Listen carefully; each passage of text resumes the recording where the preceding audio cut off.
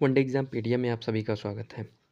चलिए आज की इस वीडियो में अर्थव्यवस्था इकोनॉमिक्स से संबंधित कुछ महत्वपूर्ण क्वेश्चंस को हम डिस्कस करने वाले हैं। तो आप लोग वीडियो में लास्ट तक बने रहिएगा। तो चलिए पहले क्वेश्चन से शुरुआत करते हैं। Question number first, the human development index HDI was first developed by which of the following. निम्न में से किसके द्वारा मानव विकास सूचकांक सर्वप्रथम विकसित किया गया? Option A UNDP, option B IMF, option C UNICEF, option D UNCTAD. तो आप सभी लोग जानते हैं पहले क्वेश्चंस का ऑप्शन ए इज करेक्ट। आइए फैक्ट को समझते हैं। मानव विकास सूचकांक HDI स्वास्थ्य, शिक्षा व जीवन के स्तर के आधार पर तैयार किया जाने वाला UNDP का सूचकांक है, जिसका मान 0 से 1 के बीच होता है। 1990 में UNDP द्वारा मानव विकास सूचकांक विकसित किया गया, जिसका श्रेय पाकिस्तानी अर्थशास्त्री महबूब उल हक और इंगे कौल को दिया जाता है।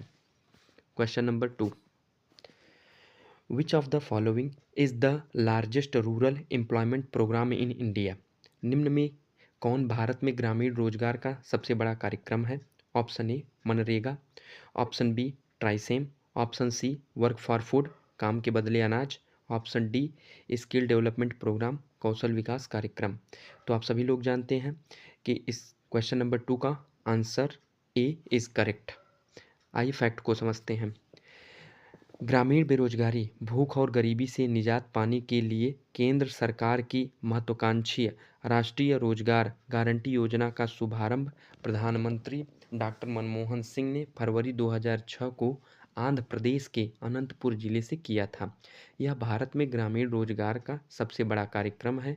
इस योजना के तहत चयनित जिलों में ग्रामीण क्षेत्रों में प्रत्येक परिवार के एक सदस्य को कम से कम 100 दिन के श्रम वाले रोजगार की गारंटी दी गई है। 1 अप्रैल 2008 से इस योजना को संपूर्ण देश में लागू किया गया है।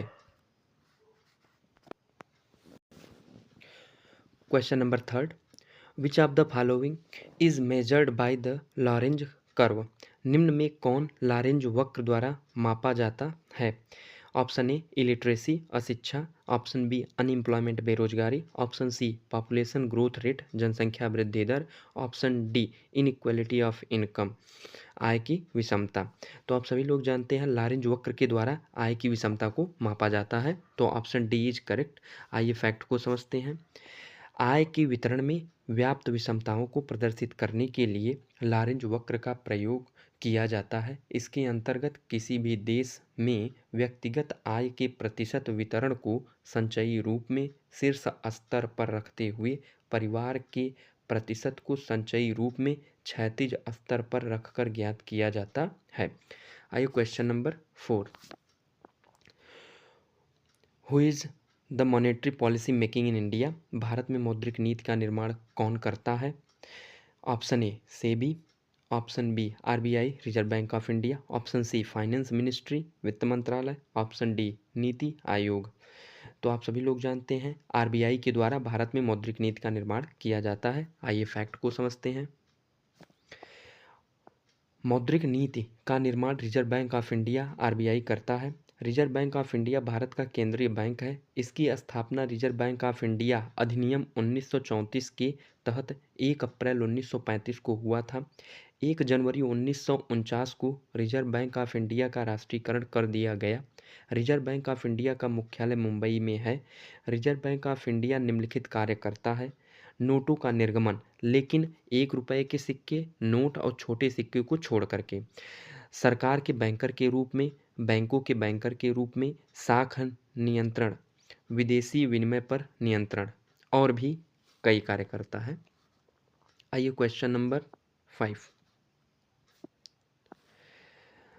The top institution providing finance to agriculture in India. Bharat में कृषि को वित्त देने वाली शीर्ष संस्था है। Option A RBI reserve bank of India, option B NABARD, option C cooperative committee सहकारी समिति, option D government of India Bharat सरकार। तो इसमें ऑप्शन नंबर बी इसका करेक्ट है, क्योंकि नाबार्ड जो है वो भारत में कृषि को वित्त देने वाली शीर्ष संस्था है। आइए फैक्ट को समझते हैं। राष्ट्रीय कृषि तथा ग्रामीण विकास बैंक नाबार्ड की स्थापना 12 जुलाई 1982 को हुई थी। नाबार्ड ग्रामीण ऋण ढांचे के लिए एक शीर्ष संस्था के रूप में अनेक वित्तीय संस्थाओं को वित्त सुविधा प्रदान करता है, जो ग्रामीण क्षेत्रों में उत्पादक गतिविधियों के विस्तृत क्षेत्र को बढ़ावा देने के लिए ऋण देती है। तो चलिए आज की वीडियो में बस इतना ही। मिलते हैं नेक्स्ट वीडियो में, तब तक के लिए धन्यवाद।